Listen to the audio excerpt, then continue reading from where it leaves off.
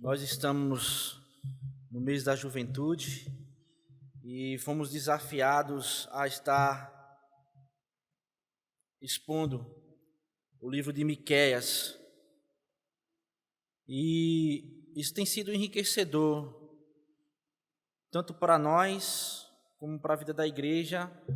Isso tem nos impactado, isso tem nos levado a ter uma visão mais completa daquele livro, do livro de Miqueias. E um livro que, apesar de ter sido escrito há muito tempo atrás, tem um viés muito atual, como já foi dito anteriormente pelo irmão Tarcísio, o irmão Lucas, o irmão Danilo e hoje pela manhã pelo irmão Túlio. Mas antes de mais nada, vamos orar ao Senhor, vamos buscá-lo. Pela graça e a sua misericórdia, nós estamos aqui para proclamar a sua palavra e que ele seja engrandecido. Amém. Oremos. Pai, nós te louvamos e te agradecemos, ó Pai, pela tua graça e a tua misericórdia, Deus. Te agradecemos porque o Senhor deixou para o teu povo essa revelação especial que é a tua palavra. Tão especial, ó Pai, que nos revela quem nós somos, quem o Senhor é e o que o Senhor quer de nós. Diante disso, ó Pai, que o teu Espírito fale aos nossos corações, traga o convencimento através da tua palavra, que é que será exposta, Pai. Tem misericórdia de mim, que sou um pobre e miserável pecador. Que fale tão somente o Senhor e o Laerte aqui se cale, ó Deus. Que a tua voz, ó Pai, se sobressaia nesse momento. Perdoa os nossos pecados, Deus. Nos dá, ó Pai, um momento que possamos desfrutar da tua presença, da tua palavra. Em nome de Jesus. Amém.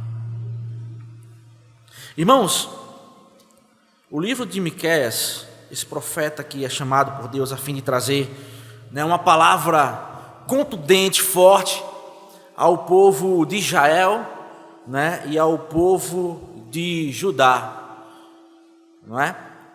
E nós sabemos que aqui o contexto estavam dois reinos divididos, o reino do norte e o reino do sul. Fazendo essa breve recapitulação para que a gente possa estar dando continuidade no capítulo 5.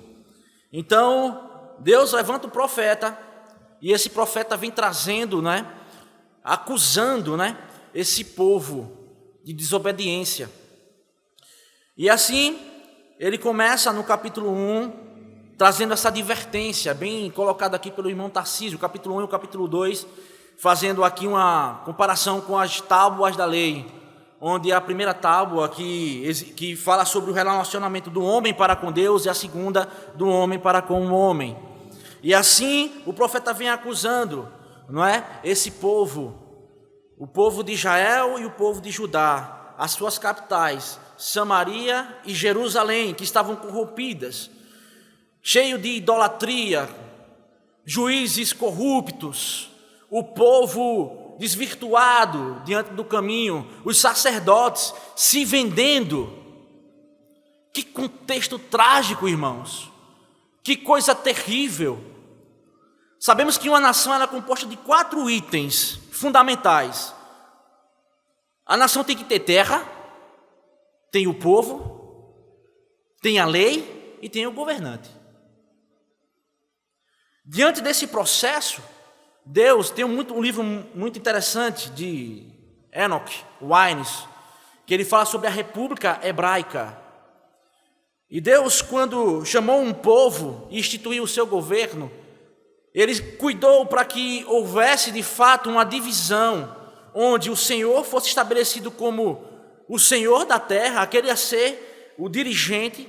Estabeleceu assim também o principado, governantes para liderar as tribos, estabeleceu o sacerdócio para estar trazendo a palavra de Deus, estabeleceu também uma terra para o povo que estava sem terra, que vivia escravo no Egito. E percebam, irmãos, que o Senhor, de uma forma muito cuidadosa, ele dividiu e tomou para si uma tribo que era chamada a tribo de Levi, dos sacerdotes. E essa tribo, ela não tinha terra, mas ela tinha o conhecimento da palavra. E esses sacerdotes, eles se dividiam entre si, e cada um ficava em uma tribo, para que houvesse em cada tribo o ensino da palavra. É bem verdade, irmãos, quando nós unimos o conhecimento, o poder com a terra, o que há muitas vezes é a ditadura, o que há muitas vezes é um governo desleal, é a corrupção. E essa tribo, Deus sabia tanto que isso era um conjunto, sabe, muito perigoso, que essa tribo, ela dependia das demais para sobreviver. As demais tribos que traziam as suas ofertas ao altar do Senhor, e dessas ofertas também viviam os levitas e os sacerdotes. Mas quando chegamos aqui no contexto de Miqueias, nós vemos a distorção de tudo aquilo que Deus estabeleceu. Nós vemos aqui os sacerdotes que eram para estar pregando a palavra fidedignamente, sendo corrompidos pelo dinheiro. Nós vimos aqui a capital de Jerusalém, muito próspera, muito rica, mas vimos aqui também esses homens ricos extorquindo os pobres, de uma forma muito injusta. Cada tribo recebeu uma porção de terra, justamente para que houvesse uma equidade, não houvesse miséria no povo de Deus. E durante muito tempo não houve miséria no povo de Deus. Mas a partir do momento que o povo começou a se prostituir com os demais deuses, consequentemente também começou-se a se trazer miséria para dentro do povo de Deus. Entende? Então uma concepção muito importante que nós devemos entender nessa noite, antes de adentrarmos no capítulo, é que, sim, irmãos, não existe imparcialidade em governo. Nós nos comportamos, nos guiamos de acordo com o que adoramos, irmãos. E é por isso que nós, como igreja, devemos ter essa convicção, para não sermos ludibriados pelas falácias da humanidade. Não. E diante disso, Miqueias vem trazendo essa acusação: vocês são corruptos, vocês não obedecem mais à palavra de Deus, o povo também é corrupto, o povo também está totalmente avesso, contrário ao que a palavra de Deus nos diz. Isso vai se seguindo. E diante, no capítulo 3, o Lucas trouxe uma metáfora muito interessante de um diagnóstico médico que não foi nada favorável a Judá e a Israel, que foi de fato assim tenebroso, algo muito obscuro. É aquele exame que quando nós olhamos e dizemos assim: nossa, a morte é iminente. E diante de um cenário como esse, irmãos, a negritude na noite, que tende a permanecer obscura, que cega aqui esse povo, diante de tamanha acusação que Deus faz contra esse povo, o que fazer?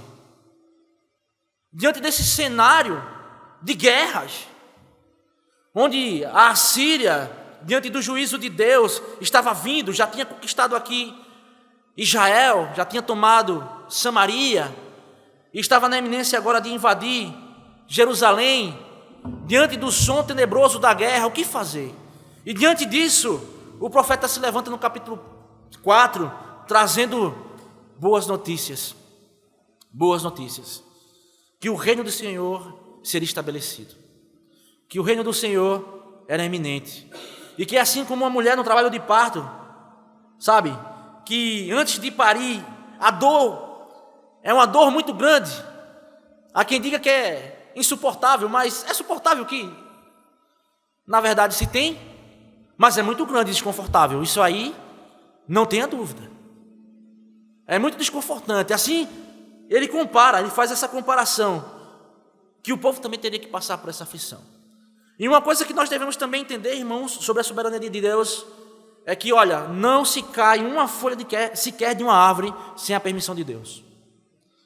Na sua soberania, Deus, Ele disciplina seu povo e julga os ímpios.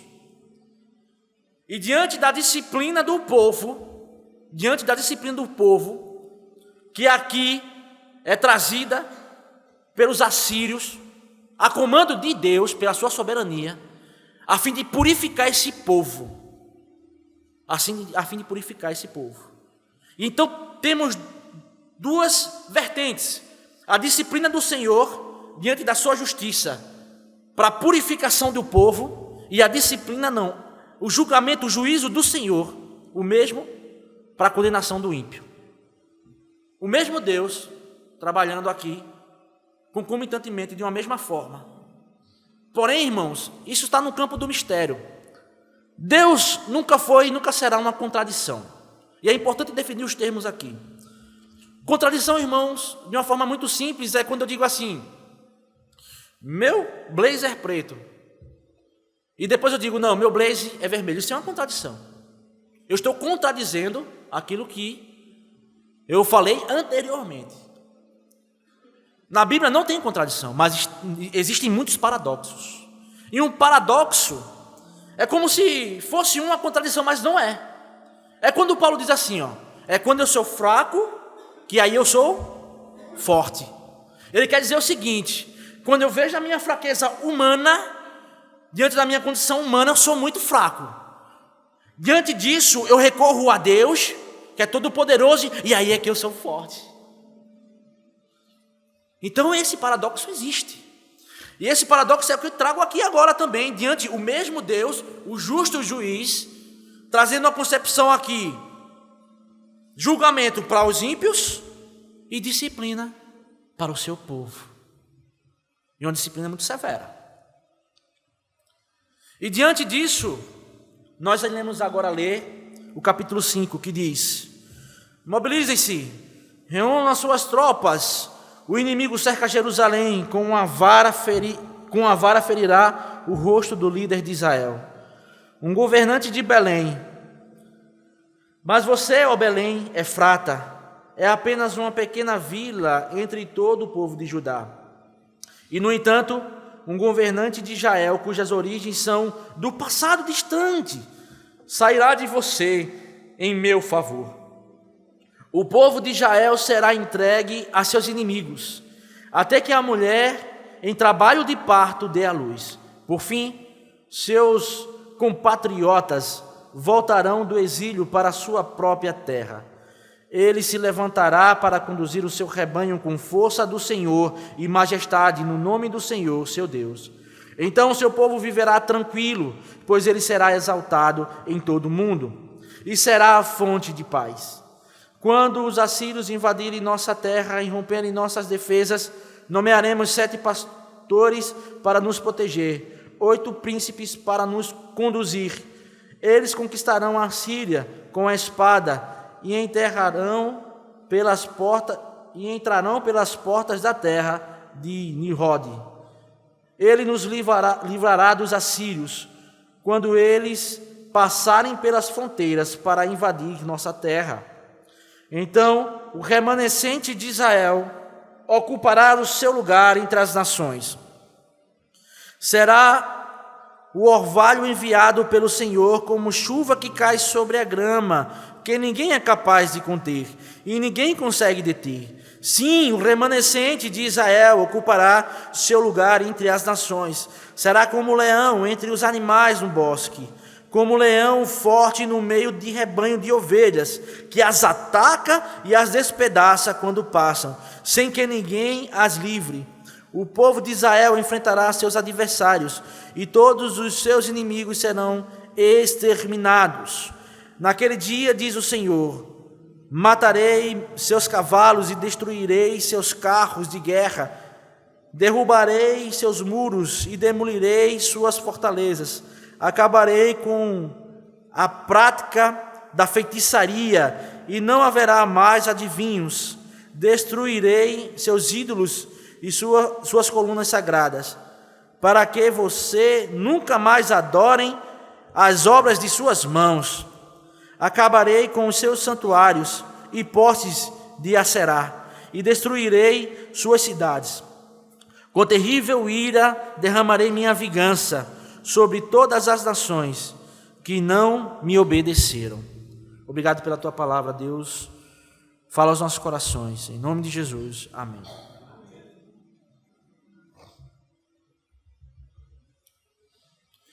Irmãos, no início do capítulo 5, no verso 1 e no verso 2, Nós vemos aqui o profeta ele trazendo um paralelo entre duas figuras. O líder de Israel, momentaneamente ali, que estava sendo ferido no seu rosto, diante já da acusação que foi feita pelo profeta. Um líder corrompido, um líder idólatra, um líder que desviou o povo da palavra. E logo em seguida, no verso 2, ele começa falando sobre um líder que iria surgir de uma cidade muito pequena, chamada Belém, anteriormente chamada de Efrata, e assim, quando o texto diz Belém, Efrata, que ficava a cerca de 8 quilômetros de Jerusalém. Uma cidade que não está nem nos anais dos textos bíblicos antigos, quando se dividiu as tribos, nem mencionada era. E essa informação, irmãos, é uma informação interessante, porque nós vemos aqui no contexto da cidade de Jerusalém, uma cidade rica, uma cidade próspera, uma cidade onde as finanças, não é, eram algo que era tido como prioridade, porém uma cidade corrupta, de muitas injustiças, uma cidade idólatra, uma cidade onde os ricos, eles subjugavam os pobres. E quando Miqueias vem falando, né, em contradição com aquilo que nós vemos de Jerusalém, uma cidade pequena, pobre, vai sair dali um Messias para salvar e instituir uma nova Jerusalém, uma Jerusalém futura, que seria governada agora pelo príncipe da paz. Logo adiante nós iremos falar sobre isso, por um governante íntegro, não mais corrupto. Isso é como se fosse um soco na barriga daqueles ricos, sabe?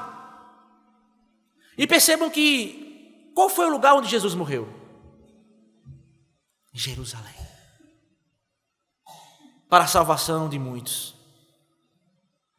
Uma cidade que naquele contexto de Cristo estava ali subjugada por Roma, mas ele morreu em Jerusalém, vindo de Belém, que também é uma cidade, e até hoje é uma cidade, não é? De muitos povos ali que vão, tanto no cunho religioso, mas também na sua prosperidade. E diante disso, a gente vê o profeta, sabe, dentro desse paradigma, desse contexto, falando, profetizando de onde viria o Salvador, o Libertador, o Príncipe da Paz. E o profeta traz essa perspectiva futura no sentido de trazer esperança para um povo que já estava ali, no caso, Judá não, Israel, que já estava sendo ali invadida pelos assírios, já estava sofrendo com a mão pesada dos assírios, né? Dentro dessa perspectiva, imagina o Judá, o reino do sul, diante da situação iminente de ser invadido pelos assírios, no contexto de guerra e sofrimento, Miqueias se levanta e traz uma mensagem de esperança, que dessa pequena cidade, Belém Efrata, surgiria aquele que iria governar Israel. E ele fala das suas origens, ele diz que não é um rei terreno, é um rei cujas origens é de um passado distante, sairá de você em favor do Senhor, e o povo de Israel, no verso 3, será entregue a seus inimigos. E quando nós vemos esse texto, irmãos, quando o profeta vem falando sobre Belém Efrata, nós precisamos entender alguns pontos importantes. O lugar de onde o príncipe da paz vem, esse lugar humilde, como eu já havia falado, mas não só de um lugar humilde. Quando Jesus nasce, ele nasce também de uma forma humilde, ele nasce num estábulo. Ele foi posto numa manjedoura. Sabe, irmãos, Belém significa casa do pão. E diante daquela situação, Belém, que estava ali pequena, vindo da casa do pão, saiu o pão que alimenta multidões.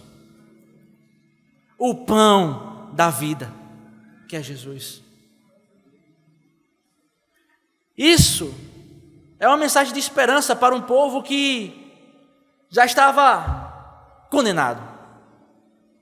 O príncipe da paz, ele vem da cidade do pão, e ele mesmo é o próprio pão, que alimenta as multidões. Uma outra coisa que nós devemos atentar nesse verso é que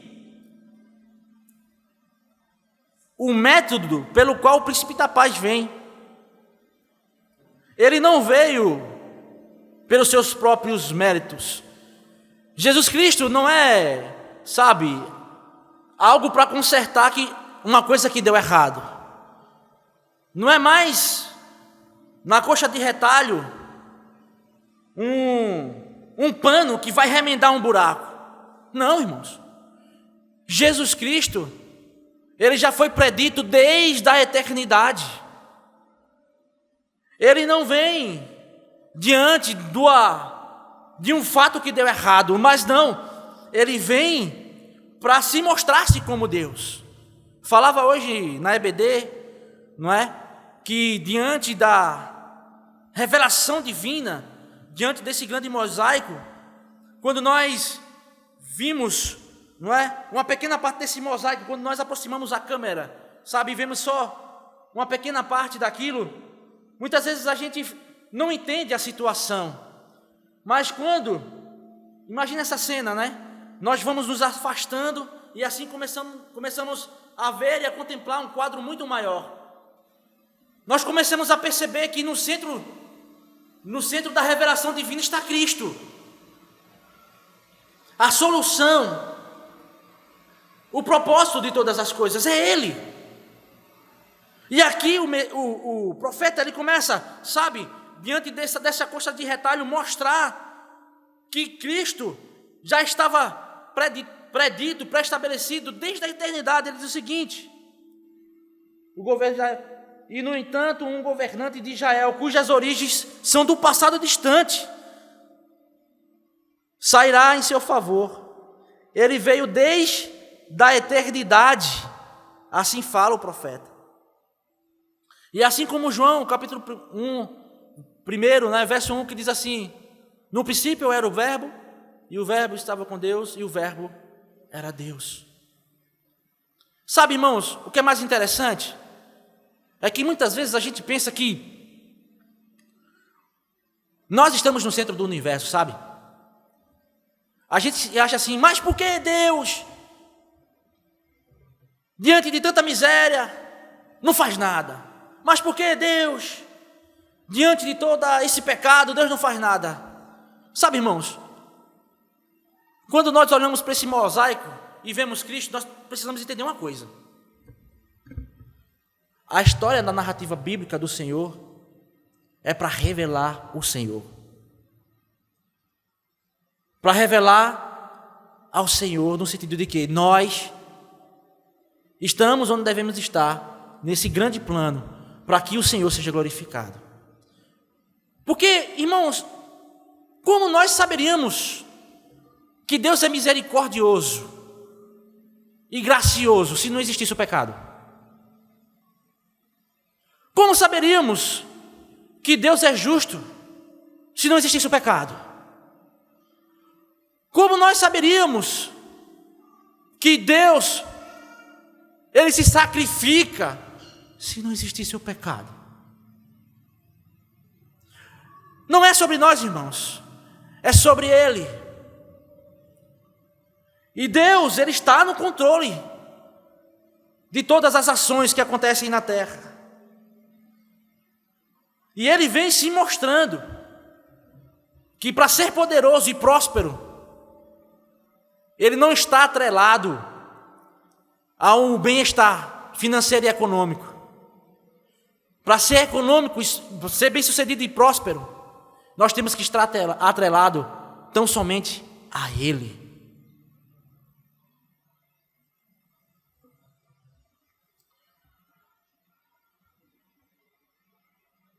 No verso 4, ele diz: ele se levantará para conduzir o seu rebanho com força do Senhor e a majestade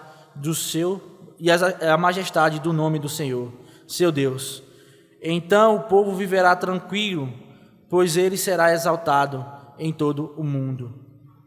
Quando o profeta ele vem dizendo que ele se levantará para conduzir o seu rebanho com força do Senhor, irmãos, nós olhamos para o contexto de Judá e vemos os governantes aí totalmente corrompidos. Não se importavam mais com o povo, mas sim com seus próprios umbigos. O trabalho do rei pastor, ele está no cuidado com as ovelhas. Ele está com zelo com as ovelhas. O Senhor, ele apacentará suas ovelhas. Ele ouve as ovelhas. Irmãos, num contexto de corrupção, o povo, ele não tem a quem recorrer. Percebe? A quem ele vai recorrer? Se ele vai para o juiz é corrupto. Se ele vai para o governante é corrupto. Se ele vai para a igreja, para o sacerdócio é corrupto. Irmãos, que tragédia! Mas aqui, diante dessa situação, o profeta diz: olha, virá aquele rei, o justo juiz, sabe, irmãos? Aquele que cuida das ovelhas, aquele que não está apático ao sofrimento dos pequeninos, aquele que não está apático às injustiças cometidas. Nós cantamos aqui o hino, né, Já Refúgio a Glória Eterna, e o último refrão é belíssimo. E por fim, entronizados, as nações dirão, todos grandes, o juiz e os remidos. Quem é os remidos? O Israel de Deus que está espalhado sobre a face da terra, irmãos. Os remidos triunfantes, onde? Vencendo vem Jesus. Diante de um cenário como esse, nós cantamos isso. E quando nós cantamos esse hino, nosso coração deve se encher de alegria, irmãos. Em meio às trevas, o nosso coração se enche de paz. Por quê? Porque a paz não está em armas, não está na política, mas ela está em quem?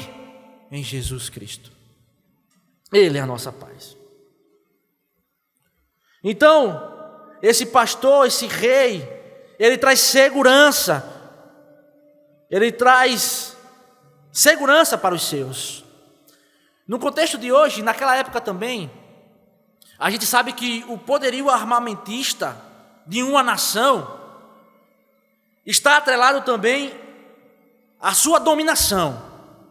Quanto mais poderosa é belicamente uma nação, mais forte ela é no nosso contexto. E aqui nós vemos isso, irmão.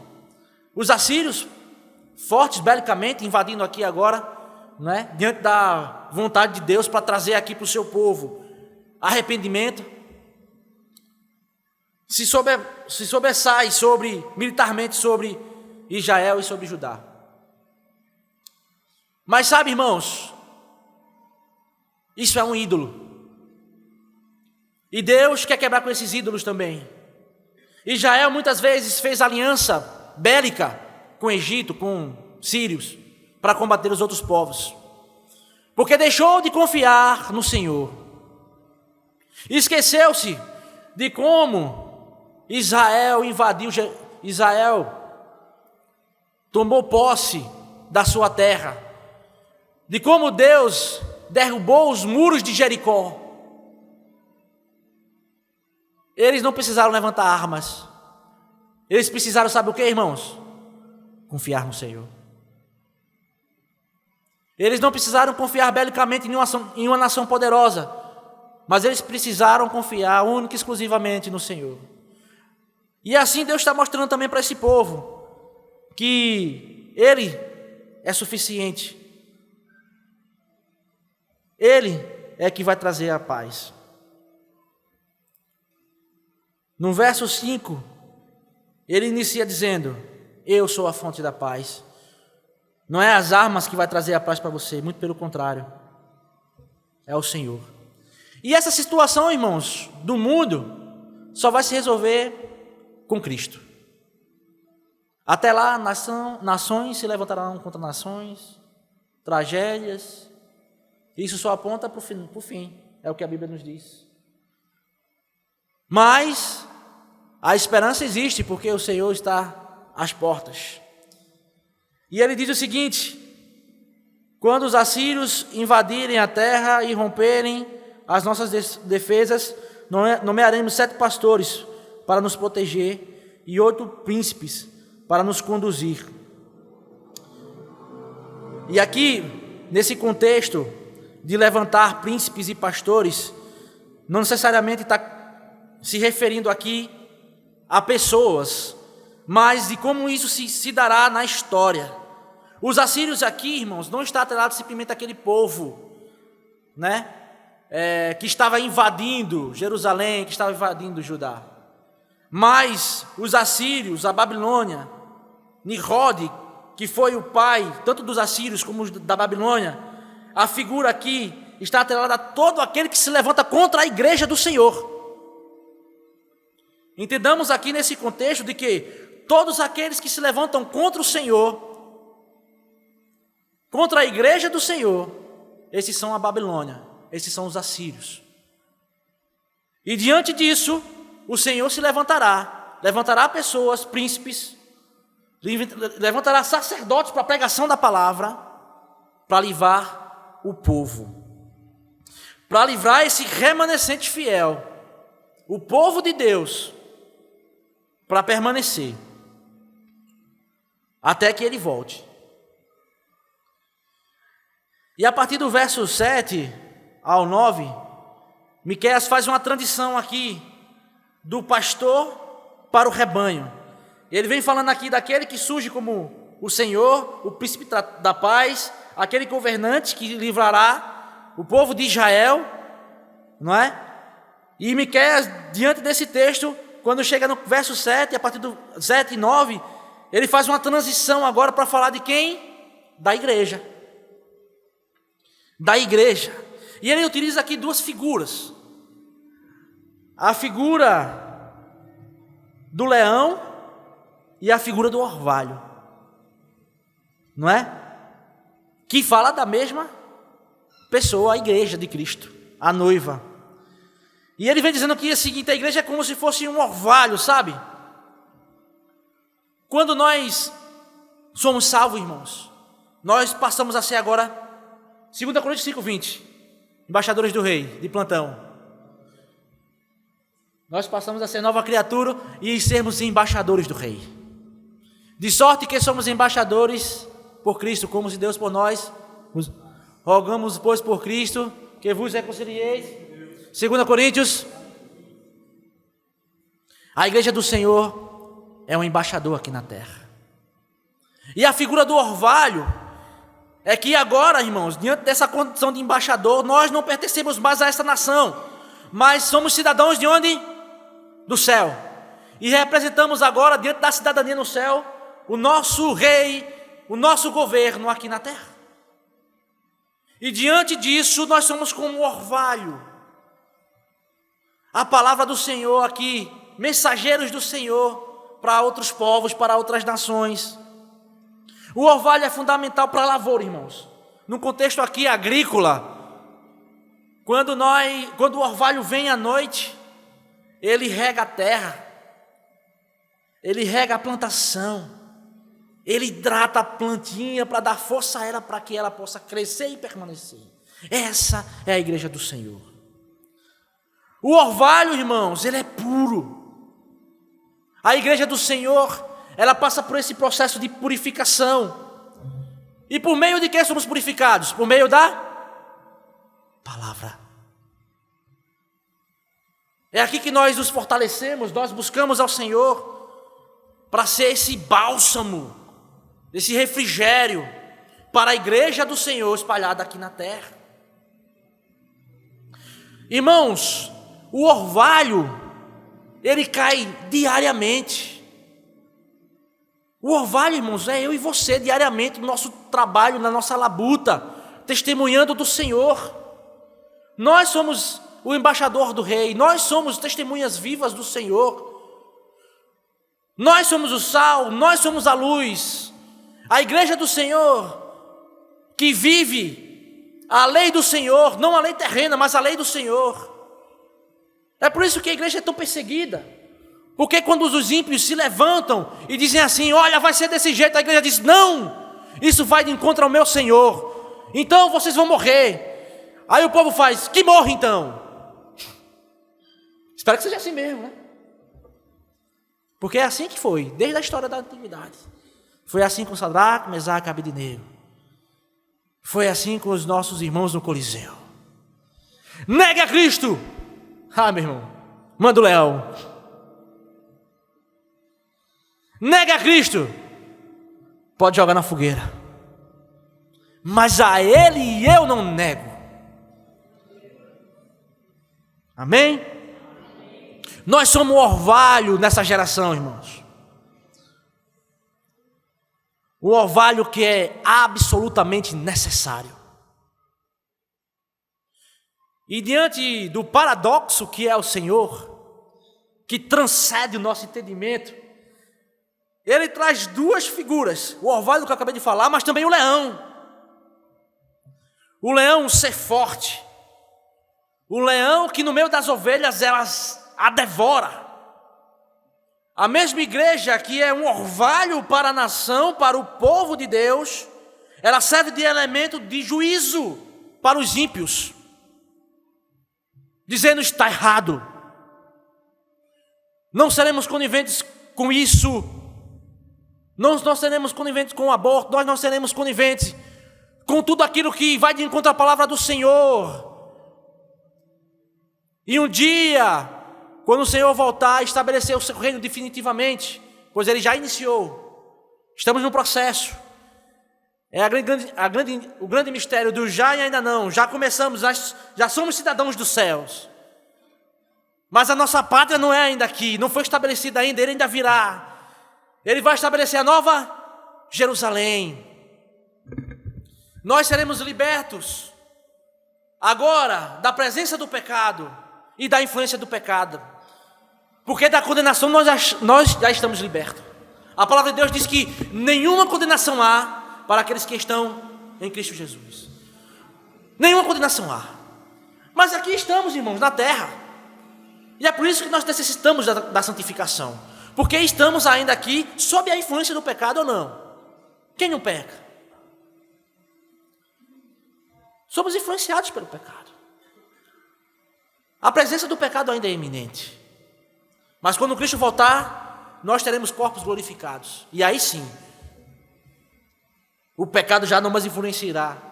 Nós não viveremos mais na carne, mas agora no Espírito com o Senhor.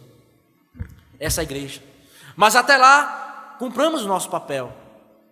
Nós, entenda, Apocalipse vem falando que nós julgaremos as nações juntamente com quem? Com Cristo.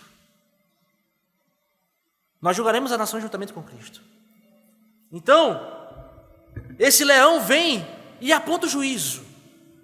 É por isso que a igreja do Senhor é perseguida. É por isso que Cristo foi perseguido.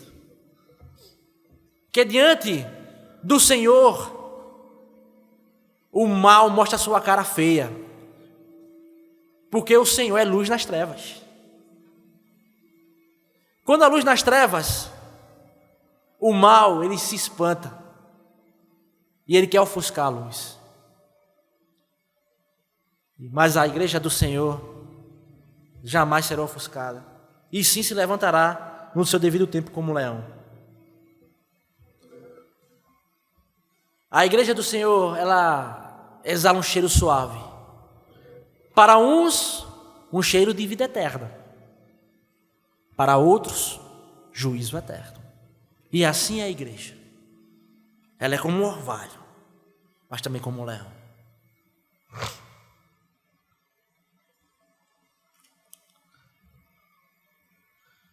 Indo agora para o fim, a partir do verso 10, irmãos, Miqueias já faz outra transição. Ele fala do rei messiânico, ele fala depois da igreja, e agora ele vem falando sobre a sua disciplina. Miqueias faz uma transição aqui. A igreja passando aqui, passa do triunfo da igreja sobre os povos para a ação purificadora de Deus na igreja. Irmãos, diante dessa condição que nós temos, como eu falei anteriormente, de estarmos ainda vivendo na presença do pecado e na influência do pecado, aqui na terra precisamos ser purificados, precisamos ser santificados. E para que isso aconteça, o Senhor, Ele age no meio da igreja, Ele age no meio do seu povo, assim como agiu aqui no meio da nação de Israel, a fim de purificar-nos. No verso 10, ele diz o seguinte: naquele dia, diz o Senhor, matarei seus cavalos e destruirei seus carros de guerra. E aqui, irmãos, o profeta vem trazendo a destruição de um ídolo. O salmista diz: uns confiam em carros, outros confiam em quem? Mas eu confio em quem? O Senhor dos Exércitos. Deus está dizendo assim: olha, vocês confiam, sabem em quem? Nas suas armas. Vocês confiam no seu poderio bélico. Vocês adoram a isso. Vocês estão com o coração no lugar errado. E aí, assim como Deus fez no Egito, trazendo as pragas para destruir cada deus egípcio ali, para libertar o povo, não só fisicamente, mas principalmente espiritualmente. Porque, irmãos, quando nós estamos confiando mais em carros e em cavaleiros do que em Deus, nós estamos aprisionados espiritualmente. Entende? E é preciso libertarmos. Na verdade, é preciso sermos libertos. E é por isso que Deus age na disciplina. Entende, irmãos? Por isso que Deus traz a disciplina. Porque a disciplina do Senhor é um ato de amor.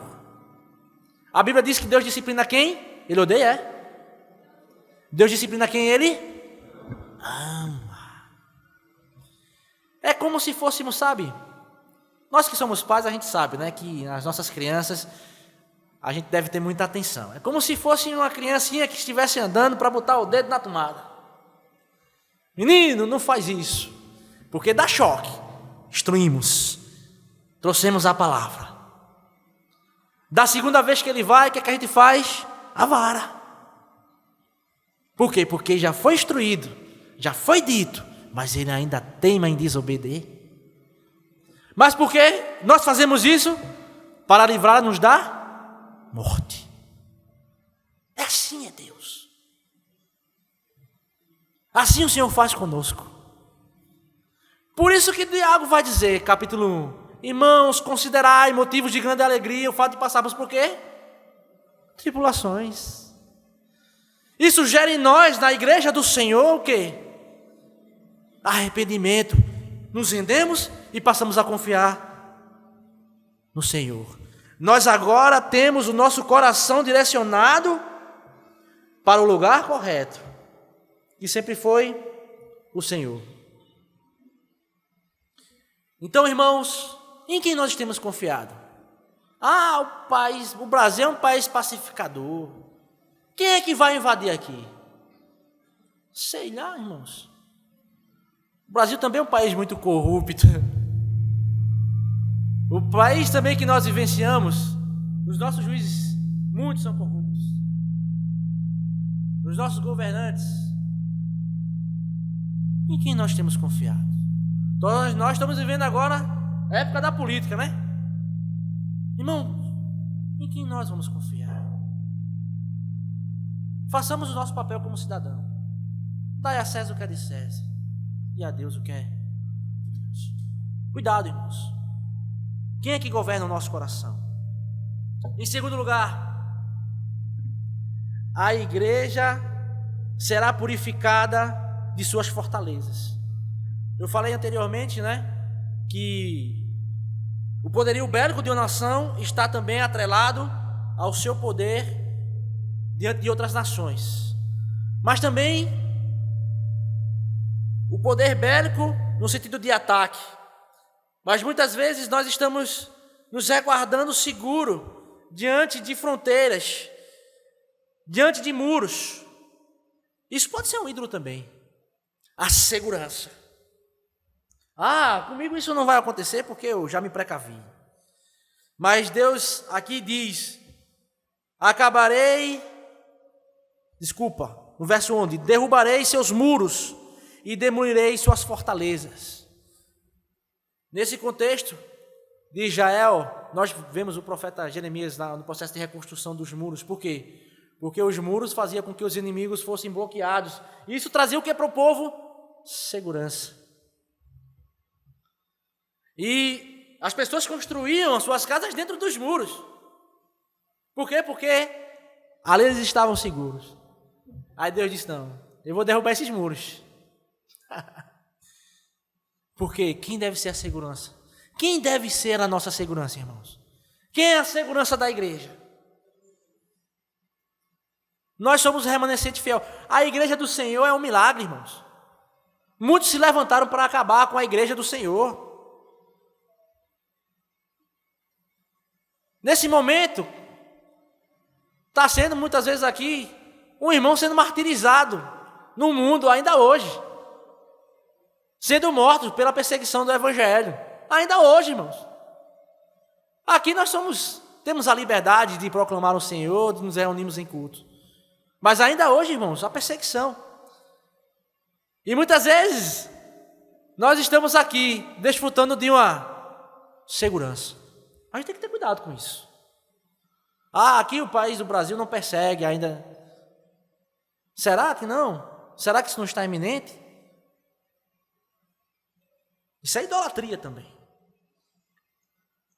Em terceiro lugar, no verso 12: acabarei com a prática da feitiçaria e não haverá mais adivinhos. Sabe, irmãos?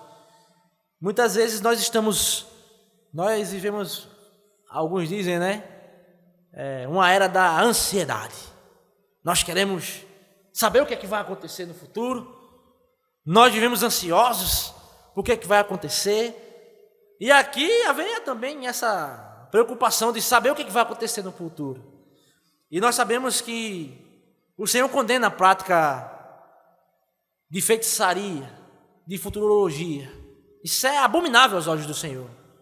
Por quê? Porque o futuro a Deus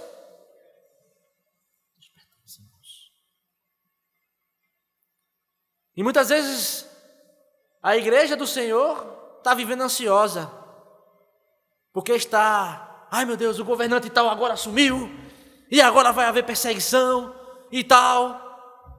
Irmãos, se houver perseguição, é para a glória de Deus. Se houver paz, é para a glória de Deus. Se a igreja vive, deve ser para a glória de Deus. Se a igreja morre, também é para a glória de Deus. Porque no centro do grande mosaico está quem? Cristo. Não é sobre mim, não é sobre nós, é sobre Ele. Verso 13. Em quarto lugar, a igreja será purificada da sua idolatria. No verso 13 ele diz o seguinte: destruirei seus ídolos e suas colunas sagradas, para que vocês nunca mais adorem a obra de suas mãos. Entende, irmãos?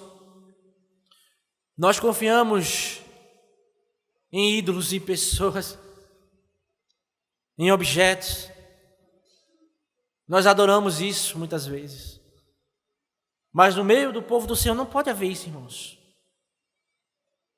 É por isso que a gente precisa ser purificado. Isso é uma bênção. Quando Deus, Ele reordena o nosso amor, sabe?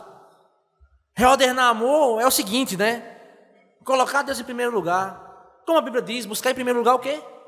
O reino de Deus. É o ordenamento de amor. Aí o Senhor vem e traz, levanta a disciplina, Ele destrói os altares idólatras no seu coração, no meu coração, no nosso coração, para a glória do seu nome. E por fim, irmãos, no verso 14, ele vai dizer: acabarei com os santuários e os postes de Aserá, destruirei suas cidades.